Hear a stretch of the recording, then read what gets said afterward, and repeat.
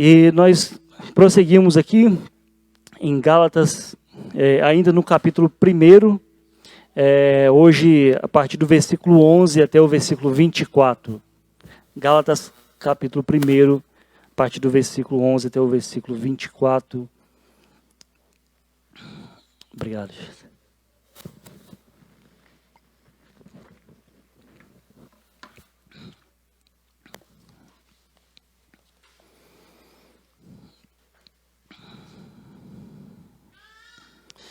Gálatas 1, de 11 a 24. Né? Mais uma vez aí eu cumprimento os visitantes, é muito bom, né?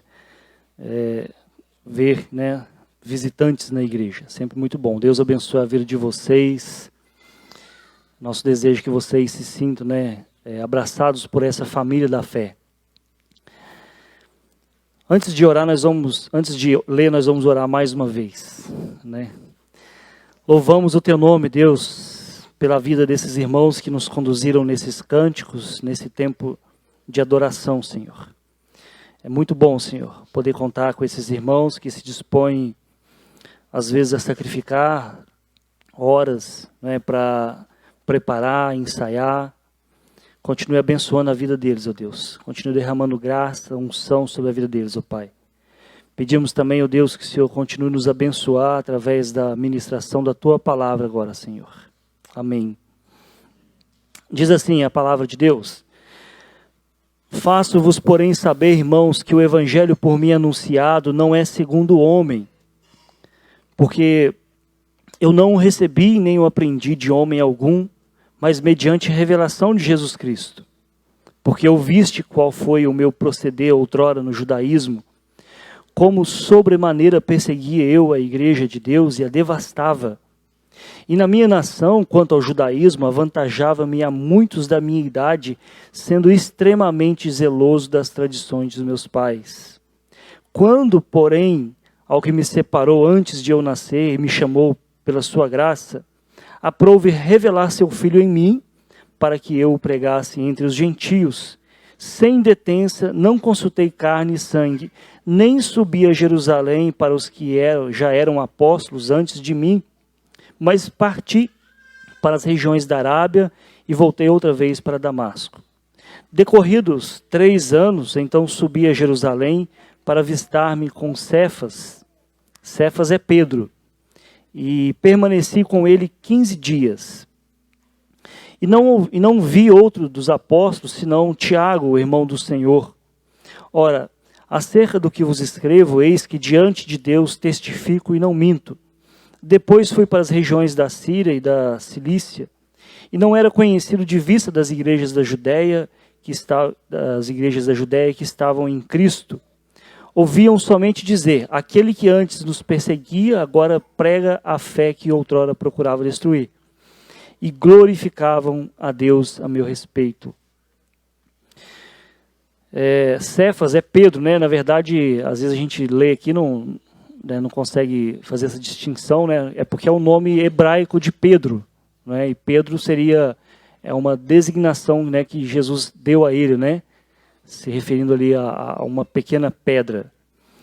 E aí Paulo diz que Paulo foi se encontrar com ele, né? Mas, meus irmãos, logo no início da minha conversão, eu não sei como, mas me chamaram para pregar e ensinar na igreja. E naquela época eu achei muito interessante, né, uma das coisas que eu me recordo muito bem foi uma ocasião onde eu fui para um congresso da Bíblia, promovido pela Sociedade Bíblica do Brasil.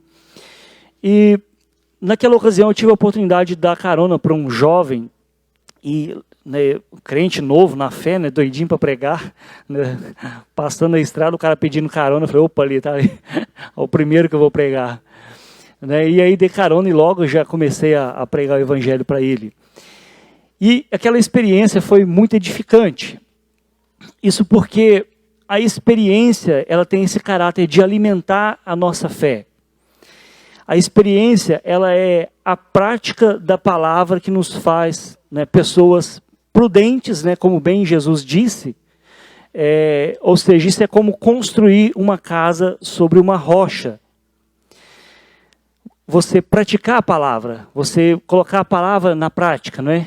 Essa experiência, ela alimenta a nossa fé. Mas eu sempre gosto de dizer também, quando eu falo de experiência, que a experiência é como a senha de banco, né? Ela é pessoal e intransferível, né? Nós não transferimos para os outros, né? Cada um tem uma, né? Cada um tem uma experiência de um jeito, né? No entanto, é claro que as experiências podem ser didáticas.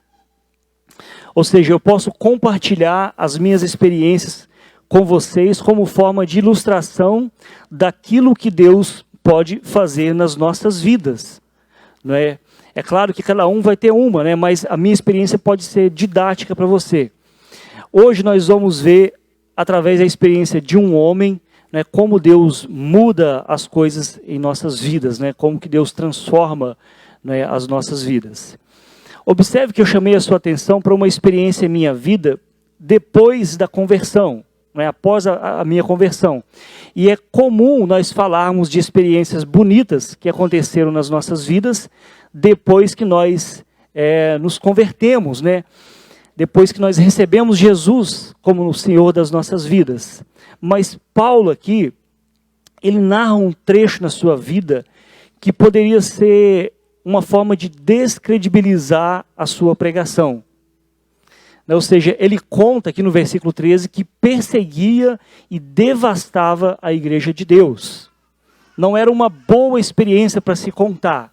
Na verdade, para quem não tem compromisso com a verdade, né, usei verdade muitas vezes, né? Na verdade, para quem não tem compromisso com a verdade,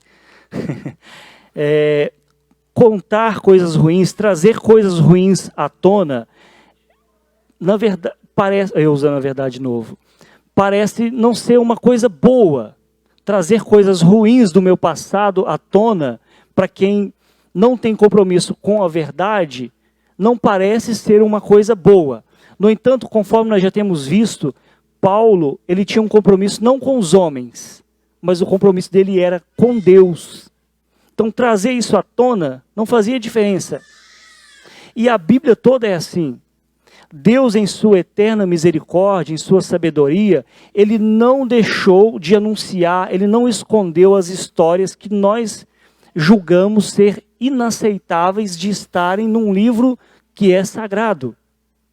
Justamente para nos mostrar, através dessas histórias, que Deus transforma as vidas. Para nós, é inadmissível ter algumas histórias na Bíblia, como a história de Davi. Para nós é inadmissível termos histórias na Bíblia como Salomão, como Abraão que mentiu. Mas Deus, ele em sua eterna misericórdia, ele permitiu que essas histórias estivessem aqui para mostrar que Deus transforma as vidas, né? Que Deus transforma, né, as nossas vidas. Nos versículos anteriores, Paulo mostrou que de fato ele era um apóstolo. Nós vimos isso no início, no primeiro sermão. Ele era um apóstolo chamado por Jesus, e os falsos mestres, os judaizantes, eles não podiam contestar isso de forma alguma. Depois de mostrar que ele era um apóstolo verdadeiro, ele também fala que Jesus morreu para nos desarraigar deste mundo, ou seja, para nos libertar deste mundo perverso. Em seguida, nós temos aquele discurso duro que nós vimos semana passada, nos versículos 6 a 10. No entanto, esse discurso ele é justificado porque o compromisso de Paulo era com Deus e não com os homens. Não é? E agradar os homens aqui, conforme nós vimos, é seguir as tradições. Nós não temos problema com as tradições, desde que elas não se sobreponham à palavra de Deus. Do contrário, a nossa reação deve ser também, né, a mesma reação do apóstolo Paulo, seja anátema. Qualquer coisa que vá acrescentar ao evangelho deve ser amaldiçoado, deve ser rejeitado. A nossa postura também deve ser como a de Paulo. E nós tivemos também a oportunidade de ver na semana passada que algumas coisas têm aparência de evangelho, têm rótulo de evangelho, parecem evangelho, mas nada mais são do que falsos ensinamentos com o propósito, com o objetivo de nos distanciar da graça de Deus. E nós falamos isso várias vezes semana passada. Não é simplesmente distanciar de uma ideia, é distanciar do próprio Deus. É rejeitar o sacrifício de Jesus na cruz do Calvário, quando nós acrescentamos algumas coisas à mensagem do Evangelho. Mas por que os gálatas deveriam confiar no Evangelho de Paulo em oposição ao outro Evangelho que estava sendo ensinado pelos judaizantes? E por que nós devemos confiar no Evangelho que Paulo está anunciando? Para responder isso, nós precisamos saber como o Evangelho se revela a cada um de nós. Esse texto nos mostra como o Evangelho se revela a cada um de nós, tendo como exemplo a vida do apóstolo Paulo, um ferrenho perseguidor da igreja, né, uma pessoa que tinha sua vida orientada pela tradição e não pela revelação, né? Então existem algumas maneiras pelas quais o Evangelho se revela a cada um de nós, algumas formas pelas quais o Evangelho nos alcança. E saber disso é muito importante porque nos impede de adulterar a mensagem de Deus. Afinal de contas, ela não vem de homens, ela vem de Deus. Sim, claro, Deus usa homens para anunciar ela, mas ela vem do céu, ela vem do próprio Deus. Então, como o Evangelho de Jesus nos alcança? Essa é a nossa pergunta básica aqui para esta noite. Como o Evangelho de Jesus nos alcança? Primeira coisa, ele nos alcança por meio de uma revelação especial. Versículos 11 e 12. Faço-vos saber, porém, irmãos, que o Evangelho por mim anunciado não é segundo homem. Não é segundo o homem. Porque eu não o recebi, nem o aprendi de homem algum, mas mediante a revelação, né, uma revelação de Jesus Cristo. Como o Evangelho nos alcança? Por meio de uma revelação especial. Então, em contraste com as tradições do judaísmo, que o apóstolo Paulo conhecia bem, né, e que os judaizantes estavam ensinando ali os gálatas, a mensagem agora não era uma mera tradição, mas sim uma revelação. Uma revelação recebida diretamente de Jesus Cristo ao apóstolo Paulo, quando ele estava, né, perseguindo a igreja ali a caminho de Damasco. Atos capítulo 9. Podemos ver isso também de forma um pouco mais clara, né, acrescentando aqui, né, nas palavras que Paulo escreve à igreja aos Coríntios, né, aquele texto que nós usamos da ceia, 1 Coríntios capítulo 11, onde ele diz assim, olha, porque eu recebi do Senhor o que também vos entreguei. Que o Senhor Jesus, na noite em que foi traído, tomou o pão, olha, eu recebi de quem? Eu recebi do Senhor. Foi uma revelação especial. Ele não aprendeu com Pedro, ele não aprendeu com Tiago, ele não aprendeu com homem nenhum. Por mais santo que pudesse ser, ele recebeu do próprio Senhor Jesus. E para confirmar que a sua mensagem não era apenas uma mera tradição, ou seja, um ensinamento transmitido pelos homens, Paulo narra aqui um trecho da sua história, né, dizendo que quando o Senhor Jesus encontrou com ele no caminho de Damasco, ele não foi a Jerusalém procurar informações a respeito daquilo que deveria pregar. Ele simplesmente, versículo 17, partiu para a Arábia, né, anunciando o evangelho que ele havia recebido diretamente do Senhor Jesus. Ou seja, quando eu recebi essa revelação especial, eu não fui perguntar a Pedro, Tiago e João no barquinho, né? A música. Eu não fui perguntar aos outros apóstolos. Ainda que eu pudesse fazer isso. Mas eu parti diretamente para pregar. Porque o mesmo evangelho que eles receberam, eu também recebi. É o que Paulo está dizendo aqui. Então nós devemos compreender que as tradições elas têm o seu valor, né, e nós não são todas que são contrárias à palavra de Deus, algumas inclusive nós participamos, né, nós transmitimos, nós ensinamos. Contudo, o evangelho ele é uma revelação, algo que vem do alto e que nos alcança. Consequentemente, está acima de toda e qualquer mensagem, né, trazida pelo homem. Uma das principais diferenças do cristianismo com outras religiões é justamente isso, porque o cristianismo é uma religião da revelação. É Deus se revelando, é Deus vindo do alto. Hoje de manhã nós falamos aqui do véu que se rasgou de alto a baixo. Não é o esforço do homem indo encontrar Deus, mas é Deus vindo nos encontrar. Isso é um privilégio para as nossas vidas. Nós não podemos deixar de mencionar aqui o fato de que naquele tempo havia um evangelho dos imperadores, que muitas das vezes também se autodenominavam, se autoproclamavam como Deus. Mas era um evangelho do homem, não era revelado. Olha o que distingue o cristianismo das outras religiões. É uma religião da revelação. Não é um esforço do homem querendo ir a Deus, mas é Deus por sua graça, né, nos alcançando. É o verbo que se fez carne. O evangelho que Paulo pregava é uma mensagem que estava além da compreensão do homem natural. Por isso era necessário Deus revelar, abrir os olhos dele, não é? Como também os nossos olhos.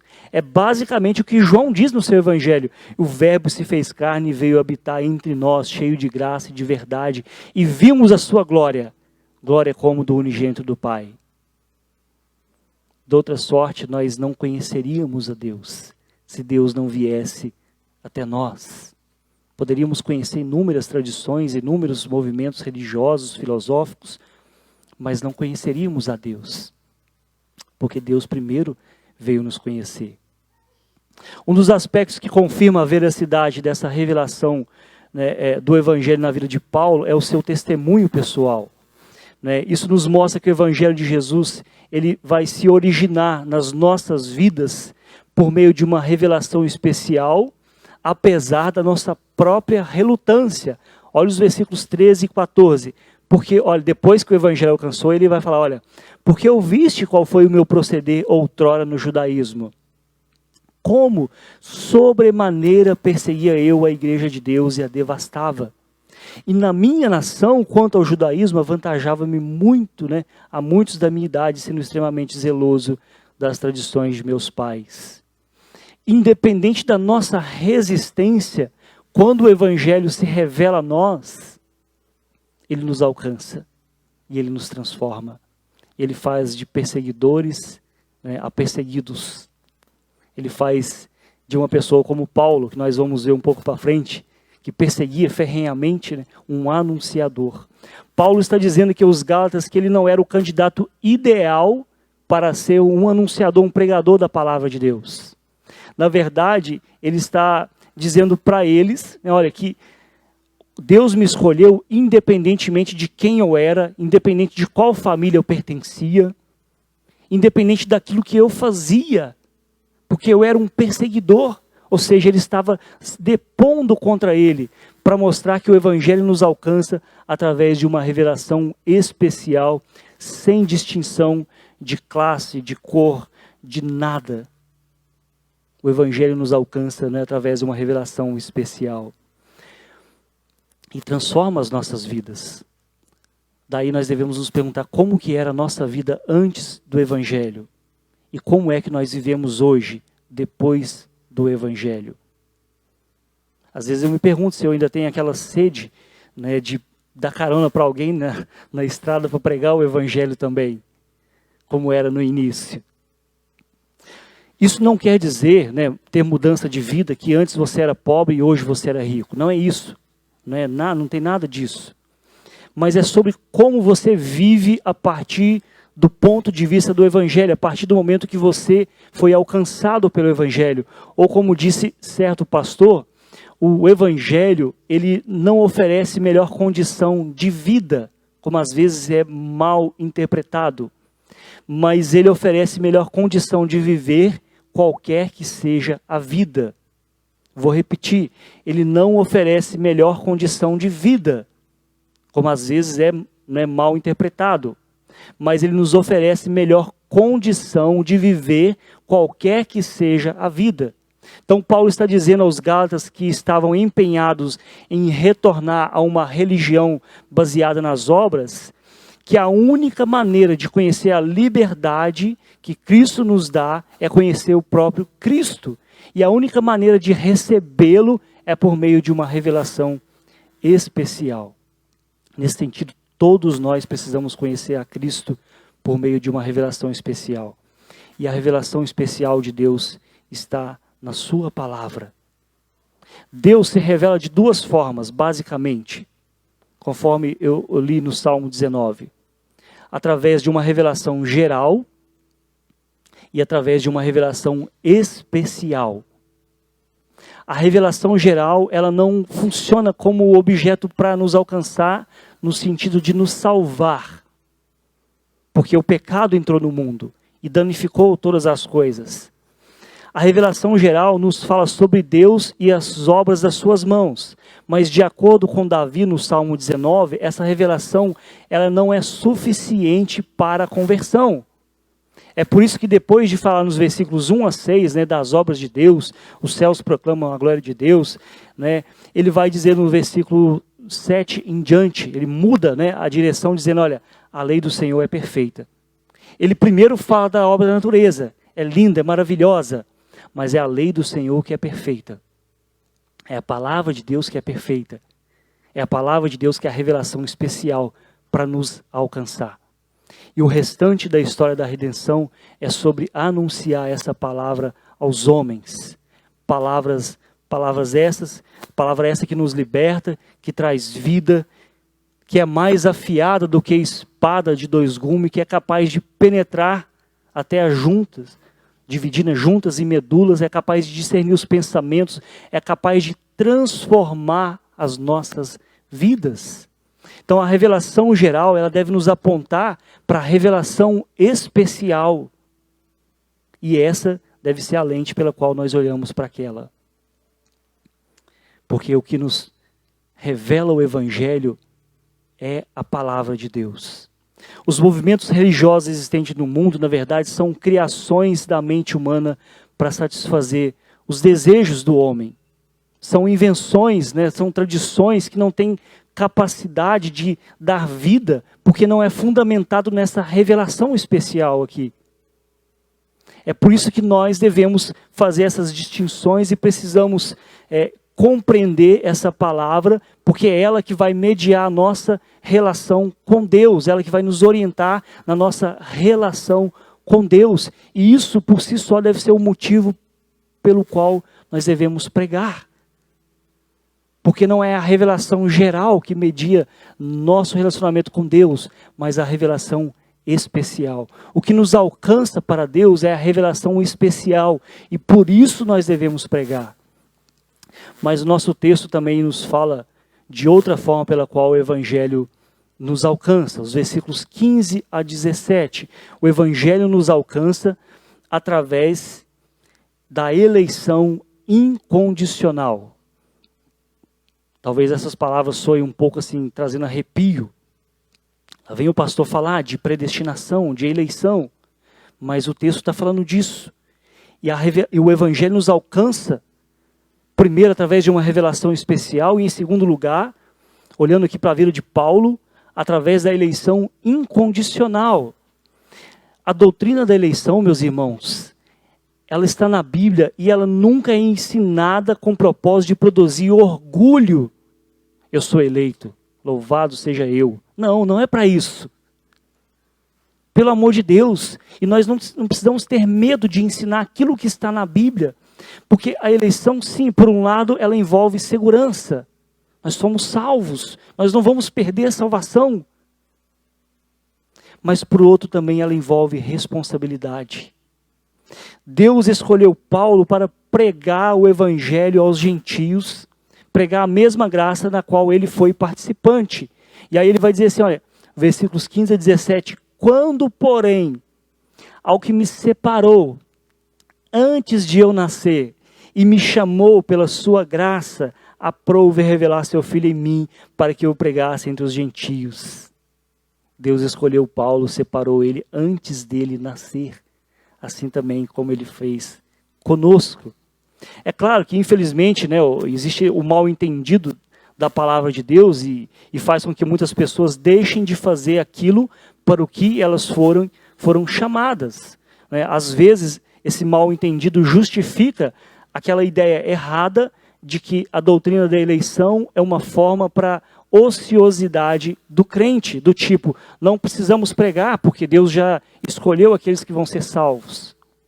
Mas é uma maneira equivocada, é uma maneira errada de olhar para a doutrina da eleição, porque ela traz segurança, mas ela traz também responsabilidade. E infelizmente esse equívoco não está somente lá fora, com aqueles que olham com desconfiança para essa doutrina, mas às vezes dentro da própria igreja também. As pessoas interpretam de forma errada e vivem pensando que, eu já sou salvo, então não preciso fazer mais nada, inclusive não preciso me preocupar com a santidade. Isso é uma forma equivocada e precisa ser corrigida. A eleição, sim, ela é incondicional, ou seja, não é baseada em condição nenhuma. Não é por nada que você fez, não é por nada que você faça. Deus elegeu com base tão somente na sua soberania. Isso não pode causar estranheza na gente, tem que causar motivo de louvor, de alegria. Então a eleição ela é incondicional, mas a evidência dela não é a ociosidade, não é o orgulho. É o quê? É a operosidade. Olha de novo o texto que Paulo vai dizer. Sem detença, não consultei carne e sangue, nem subi a Jerusalém, para os que já eram apóstolos antes de mim, mas parti para as regiões da Arábia e voltei outra vez para Damasco. A eleição incondicional alcançou Paulo, o evangelho através da eleição incondicional, mas não para ele ficar deitado eternamente em berço esplêndido. Eu sou salvo e pronto, acabou. Não. Motivou ele instantaneamente a pregar o evangelho. Se eu fui alcançado por esse evangelho, outras pessoas também precisam ser alcançadas por esse evangelho. Eu não posso me calar, eu não posso me parar. Eu tenho que anunciar, eu tenho que pregar, eu tenho que fazer assim como Paulo disse aqui. Então a eleição, ela é incondicional, mas a evidência da eleição não é o orgulho, não é a ociosidade, mas é a operosidade. É trabalhar pelo evangelho. Já dizia um hino antigo, vou cantar só um pedacinho, viu? Eu quero trabalhar para o meu Senhor, levando a palavra com amor. Quero eu cantar e andar, ocupado quero estar, sim, na vinha do Senhor. Trabalhai e orai, na seara e na vinha do Senhor. Não é? A eleição ela é incondicional. Mas a evidência não é a ociosidade, é sim a operosidade. Eu quero trabalhar na vinha do Senhor. Eu quero fazer como Paulo, sem detença. Não vou consultar ninguém, eu vou pregar o evangelho. Eu não vou voltar lá atrás. Eu vou sair já, eu vou pregar para outras pessoas serem alcançadas. E esse trecho aqui de Paulo, desse testemunho de Paulo, ele nos remete a um outro grande servo de Deus, lá no Antigo Testamento, conhecido como Jeremias. Jeremias, ele também teve um chamado, e ele diz assim, Jeremias capítulo 1, versículos 4 e 5. A mim me veio, pois, a palavra do Senhor, dizendo, antes que eu te formasse no ventre materno, eu te conheci. Olha Deus elegendo ele. Olha Deus escolhendo, separando. E antes que saísse da madre, te consagrei e te constituí profeta às nações. Olha Deus escolhendo. Olha Deus comissionando, olha Deus separando para a pregação do evangelho. É interessante observar a semelhança entre Paulo e Jeremias, porque ambos foram, antes de nascer, eleitos por Deus, separados, comissionados para a pregação da palavra de Deus. Ambos, por pregarem essa palavra para a qual eles foram destinados, eleitos, foram perseguidos, maltratados, foram humilhados, foram presos. Mas, a despeito de toda a perseguição que ambos passaram, nenhum dos dois parou de anunciar o evangelho. Nenhum dos dois, porque eles sabiam que eles haviam sido eleitos para isso. E eles sabiam da necessidade das pessoas de ouvirem a palavra de Deus. Porque a fé vem pelo ouvir a palavra de Deus. Como as pessoas terão fé se nós não anunciarmos essa palavra? E a doutrina da eleição ela é tão linda, tão maravilhosa, porque ela garante o êxito da pregação.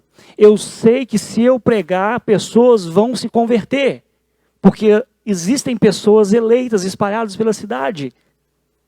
E ao ouvir o Evangelho, essa palavra, ela vai dar fé, vai produzir fé, uma fé que salva nos seus corações. E elas vão ser alcançadas pelo anunciar do Evangelho. Então a doutrina da eleição não deve produzir orgulho, mas sim segurança e, por outro lado, responsabilidade. Segurança porque eu não preciso pensar em quantas coisas eu tenho que fazer para ser salvo. Porque Deus já me salvou. Então a doutrina da eleição, ela dá segurança. Infelizmente algumas pessoas vivem nessa esquizofrenia. Hoje é salvo, amanhã perdeu a salvação. Hoje está nos braços do Pai, amanhã está em outros braços. É uma esquizofrenia espiritual. Hoje o nome dele está no livro da vida. Amanhã Deus apagou. Não. A doutrina da eleição incondicional, ela nos dá segurança, porque não é baseado naquilo que eu faço, mas naquilo que Deus fez na cruz do Calvário. Por outro lado, é claro, traz também responsabilidade. Traz responsabilidade, porque assim como Paulo, nós também fomos comissionados, e Deus irá cobrar de nós, se nós não pregarmos. Olha o que Paulo diz na sua carta aos Coríntios, capítulo 9, versículo 16. Se eu anuncio o Evangelho, não tenho que me gloriar, pois sobre mim pesa essa obrigação. Porque ai de mim, se eu não pregar o Evangelho. Ai de mim, se eu não pregar o Evangelho. Com palavras, com a minha vida, dando carona ou sendo caroneiro, de qualquer forma. Eu tenho que pregar esse Evangelho. Então nós devemos compreender que em nossas veias, meus irmãos, corre o sangue daquele que nos chamou para anunciá-lo ao mundo. E se nós não o fizermos, as pedras vão clamar, conforme nosso Senhor Jesus disse aos religiosos do seu tempo, que as pessoas estavam rosando nas alturas, adorando Jesus, e aí os religiosos, fala com eles para calar, para não fazer isso. E Jesus, se eles calarem, as pedras vão cantar. As pedras vão anunciar. Se nós calarmos, Deus vai levantar outras pessoas, meus irmãos. Mas ai de nós, se nós não pregarmos o Evangelho, conforme diz o apóstolo Paulo aqui. Então o Evangelho nos alcança por meio de uma revelação especial, por meio da eleição incondicional, mas também o Evangelho nos alcança trazendo transformação. Olha os versículos 22 e 24. O Evangelho nos alcança trazendo transformação. Observe que nós estamos falando da experiência de um homem que perseguia e devastava a igreja, mas que agora ele prega a fé que antes ele queria destruir, e ao pregar isso, ele leva as pessoas a glorificar a Deus. Ou seja, houve o quê? Uma transformação. Diz assim: e não era conhecido de vista das igrejas da Judéia que estavam em Cristo. Ouviam somente dizer. O que as pessoas ouviam dizer? Agora é crente, depois que fez isso, depois que fez aquilo outro? Vocês já ouviram alguém falar isso? Agora é crente, depois que fez isso, depois que fez aquilo, que andou por esse lugar e tudo. É o que está acontecendo aqui, olha. Aquele que antes nos perseguia, agora prega a fé que outrora procurava destruir. E glorificava a Deus a meu respeito. Uma hora eu vou conversar com vocês do que eu fazia antes, de converter. Como o Evangelho é poderoso, para transformar as nossas vidas. Como eu gostava de amolar aqueles que se diziam crentes. Como Deus é poderoso para transformar as nossas vidas. Então, olha, meus irmãos, todos que estão aqui, com certeza tiveram uma experiência com Deus. Isso não quer dizer que você viu uma luz, conforme o apóstolo Paulo, igual a dele. Ou também pode ser. A gente não está aqui, a experiência, por isso que eu falei, ela é pessoal, ela é igual a senha do banco, ela é intransferível. Cada um tem uma. Isso não importa. Mas, às vezes, não é necessariamente uma experiência grandiosa, pode ser uma brisa suave, como foi o profeta Elias, quando ele teve aquela experiência com Deus. Não importa a forma como isso aconteceu, o que importa é como isso mudou a sua vida. Não importa a maneira, a experiência que você teve, como o Evangelho te alcançou. O que importa é como a sua vida mudou a partir desse momento. Como a experiência que você teve, seja no amor ou na dor, transformou a sua forma de ver o mundo e levou, ou às vezes ainda leva as pessoas a glorificarem a Deus. Vou perguntar mais uma vez, como a sua experiência, a experiência que você teve, seja pelo amor ou pela dor, como essa experiência transformou a sua forma de ver o mundo, não é? E levou, ou ainda leva as pessoas a glorificar a Deus. Glorificar a Deus é reconhecê-lo como o Senhor das nossas vidas. É olhar para Ele e falar que tudo vem dEle, que nada depende de mim. E viver dessa forma, não somente falar, mas viver, que eu estou fazendo isso, aquilo, outro, mas é para Deus, porque Ele é o Senhor da minha vida. Aí sim eu estou glorificando a Deus. Nosso Senhor Jesus disse no Sermão do Monte da seguinte forma, Mateus capítulo 5, versículos 14 a 16. Vós sois a luz do mundo. Não se pode esconder a cidade edificada sobre um monte, nem se acende uma candeia para colocá-la debaixo do alqueire, mas no velador, e alumia a todos que se encontram na casa. Assim, brilhe também a vossa luz diante dos homens, para quê? Para que vejam as vossas boas obras e glorifiquem a vosso Pai que está nos céus. O cristão, meus irmãos, ele tem a dura tarefa de viver no mundo como uma luz. De viver no mundo como um guia para aqueles que estão nas trevas, que estão sem luz. Porém, devemos saber que ao viver dessa forma, a luz que vamos brilhar não é nossa, mas é dele. É dele. E deve apontar para ele. O texto diz assim, Jesus, olha, para que vejam as vossas boas obras e façam o quê? Nossa, está de parabéns, viu? Como você faz caridades. Como você faz essas coisas. Não, não é para isso. Vejam as vossas boas obras e glorifiquem a Deus.